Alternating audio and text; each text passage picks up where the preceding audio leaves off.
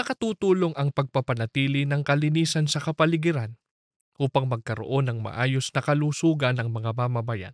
Lalo na sa panahon ngayon na patuloy ang pagtaas ng bilang ng nagkakaroon ng dengue fever, na ang isa sa mga sanhi nito ay ang maruming paligid. Kaya naman isang clean-up drive ang isinagawa ng mga kapatid sa lokal ng Garcia, Distrito Eklesyastiko ng Lingayen, Pangasinan. Sa distrito po ng Lingayen, Pangasinan ay patuloy ang pagsasagawa po natin ng mga aktibidad, lalo na po ang INC Giving na naipakikita natin sa ating mga kababayan, kapwa-tao, ang pagtulong ng iglesia.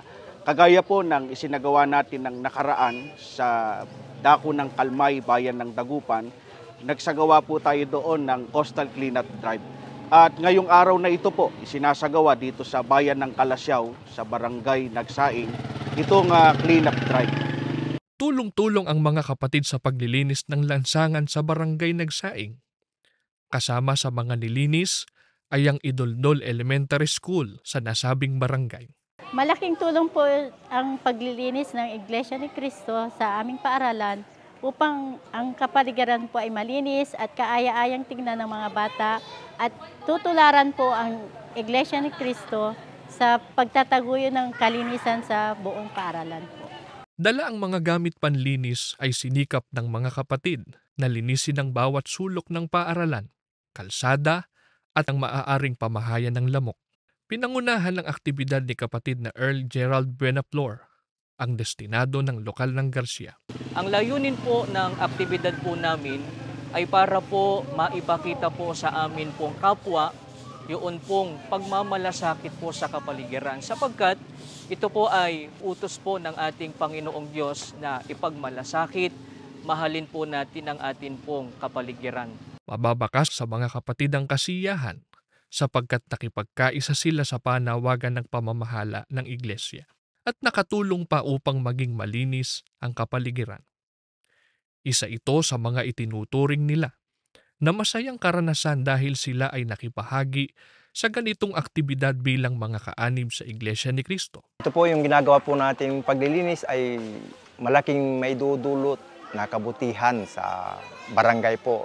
Makikita po nila na malinis at malalayo po tayo sa mga sakit, lalo na po sa mga dengue na kumakalat po. Narito po kami ngayon kasama po ang aking buong sambahayan upang tumugon po sa panawagan ng atin pong namamahala. Ang aktibidad po na ito ay makatulong po sa kalinisan upang makaiwas po sa mga karamdaman ng mga tao. Masaya po kami sapagkat nakakatugon po kami sa panawagan ng atin pong namamahala. Kinilala at ipinagpasalamat ng punong barangay ng Nagsaing ang kontribusyon ng mga kapatid para sa pagpapanatili ng kalinisan sa kanilang barangay. Marami pong positibong epekto nitong clean-up drive ng pamumuno po ng ating mahal na kapatid Eduardo Manalo sa inyo po, dahil una-una maging isa po tayong ehemplo na nagbibigay ng kalinisan dito sa ating barangay, sa barangay Nagsaing. At ito po ay para makita ng mga tao ang suporta ng ating mga kapatid sa Iglesia ni Cristo na binibigay po yung kalinisan sa aming barangay para tularan ng mga tao. Maraming salamat po sa ating mga kapatid sa taga-Iglesia ni Cristo na binibigay po ng importansya ang aming barangay. Pagbibigay po ng suporta sa kalinisan, lalo na ang inyong proyekto na clean-up drive po dito sa aming barangay. Nagpapasalamat din po kami ng marami sa atin pong pinakamamahal na tagapamahalang pangkalahatan, ang kapatid na Eduardo V. Manalo, doon din po sa kapatid na Angelo Eranio Manalo sa pagpapatibay po sa amin pong aktibidad. Ako po si kapatid na Michael Miranda para sa Iglesia ni Cristo News Network.